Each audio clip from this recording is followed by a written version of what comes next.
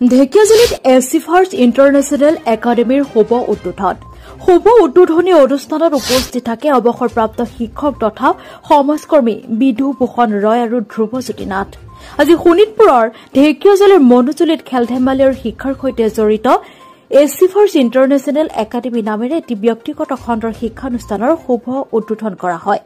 উক্ত শুভ উদ্বোধনী অনুষ্ঠানত বিশিষ্ট অতিথি হিচাপে উপস্থিত থাকে ঢেকিয়াজুলিৰ নেতাজী বিদ্যালয় অৱসৰপ্ৰাপ্ত শিক্ষক তথা সমাজকৰ্মী বিধুভূষণ ৰয় আৰু ঢেকিয়াজুলি বয়জ হাইস্কুলৰ অৱসৰপ্ৰাপ্ত শিক্ষক ধ্ৰুৱজ্যোতি নাথ। লগতে উপস্থিত থাকে উক্ত শিক্ষানুষ্ঠানৰ স্বত্বাধিকাৰী গৌৰী শংকৰ দাস। অনুষ্ঠানটিৰ শুভাৰম্ভণিৰ আগমুহূৰ্তত আটাইকেইগৰাকী বিশিষ্ট অতিথিক স্কুল কৰ্তৃপক্ষই একোখনকৈ ফুলাম গামোচাৰে সম্বৰ্ধনা জনায়। উক্ত শিক্ষানুষ্ঠানত শিশুসকলৰ শাৰীৰিক আৰু মানসিক বিকাশৰ লগতে শিক্ষাৰ ক্ষেত্ৰত বিশেষ প্ৰাধান্য দিয়া হ'ব বুলিও জানিবলৈ দিছে স্বত্বাধিকাৰী গৌৰী শংকৰ দাসে। আজি ঢেকিয়াজুলি শ্বহীদ নগৰী ঢেকিয়াজুলিৰ যিটো শৈক্ষিক পৰিৱেশ সেইটো মই স্বাগতম জনাইছোঁ আৰু বিশেষকৈ মাতৃসকল সজাগ হৈছে আজিকালি শিক্ষাৰ প্ৰতি। আগে তেনেধৰণৰ কোনো পৰিৱেশ নাছিল।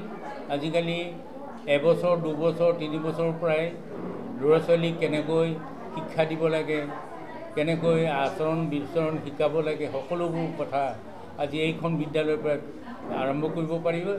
আৰু শ্বহীদ নগৰী ঢেকিয়াজুলি এইটো এটা ডাঙৰ কথা। আৰু বিভিন্ন ধৰণৰ শিক্ষা দীক্ষা যিমান ধৰণৰ ঢেকিয়াজুলি আগবাঢ়িছে সেইখিনি আপুনি ভাবি আচৰিত লাগে।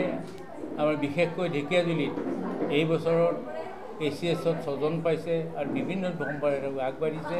আৰু ওচৰে পাজৰে ৰিজনেঞ্চ কলেজ, লক্ষীনাথ বেচৰকাৰী কলেজ আছে, তাৰ পৰা ফলাফল শুনি সঁচাকৈ বৰ সুন্দৰ হৈছে। আমি ভাবোঁ আপোনালোকৰ সহযোগিতা গোটেই ঢেকিয়াজুলি শুভাকাংক্ষী যিসকল আছে তেওঁলোকৰ ল'ৰা ছোৱালী ভাল হওক, আমি আশাবাদী। আমি শিক্ষক হিচাপে সেইখিনি বিচাৰিছোঁ। আৰু ঢেকিয়াজুলি শ্বহীদ নগৰ জিলিকি উঠক আৰু প্ৰতিজন শ্বহীদৰ সন্মান যাতে আমি জনাব তেওঁলোকক আমি স্থিতিপ্ৰভ ব্যক্তি হয় আমাৰ নতুন প্ৰজন্ম শ্বহীদসকলৰ আগত যেন মূৰ দোৱাব পাৰে বিশ্ব দৰবাৰত। আমাৰ ছাত্ৰসকলে নতুন প্ৰজন্মই যিসকল ছাত্ৰ আহে তেওঁলোকে মূৰ দোৱাই বিশ্ব দৰবাৰত তেওঁলোকে মূৰ দোৱাই এজন স্থিতিপ্ৰভ ব্যক্তি হিচাপে থিয় দিব পাৰে সেইখিনি কামনা কৰিছোঁ। আৰু এখন প্ৰদূষণমুক্ত সমাজ ঢেকিয়াজুলি হৈ থাকক সেইটো কামনা কৰিছোঁ।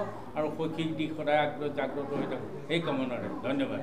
আমার শিক্ষক জীবনের যদি পুরস্কার কিছু পেয়ে থাকি আজকে পেলাম এই দিনটাতে। আমার এক ছাত্র এখনো যে স্বীকৃতি দিল এবং যে ব্যবস্থা সে করলো, স্কুলটার উন্নতি অবশ্যই হবে এবং তার জন্য আমার যতটুকু করার প্রয়োজন বা আমি করতে পারবো বলে ভাবি ততটুকু আমি করব।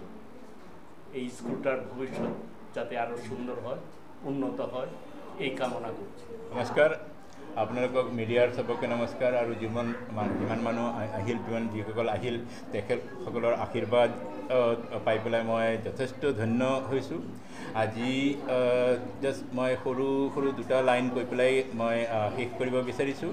মোৰ লগত বহি থকা দুজনেই মোৰ গুৰু আৰু দুজনেই মোৰ জীৱনৰ আধাৰশিলা স্থাপন কৰিছে।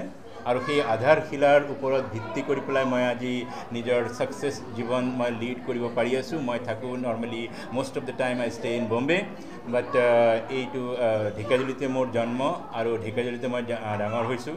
বহু দিনৰ সপোন আছিল মোৰ যে ঢেকিয়াজুলিত এটা এডুকেশ্যন ইনষ্টিটিউট কৰাৰ, যিটো নেকি মানে ল'ৰা ছোৱালীক ভাল শিক্ষা দিব। শিক্ষা সবেই ভাল, কিন্তু কিছু শিক্ষা আছে ইফেক্টিভলি ভাল আৰু কিছু শিক্ষা আছে নৰ্মেলি ভাল। তো আজি আমাৰ ছিষ্টেমত আমি পেডাগজিকেল থিয়ৰী লৈছোঁ, কাউন্সেলিং লৈছোঁ, then every year that our marking also is there for the student. তো এই গোটেইখিনি কৰি পেলাই এইটো স্কুল আজি অ'পেন কৰিব পাৰিছোঁ। আৰু চবৰ আশীৰ্বাদত তো মই নিজক যথেষ্ট ভাগ্যৱান বুলি ভাবিছোঁ। আৰু ইয়াতে মোৰ গুৰুজন ধ্ৰুৱ ছাৰ আৰু বিদু ছাৰ দুজন মোৰ গুৰু ইয়াতে উপস্থিত থকাত মই নিজকে বহুত ভাগ্যৱান বুলি ভাবিছোঁ।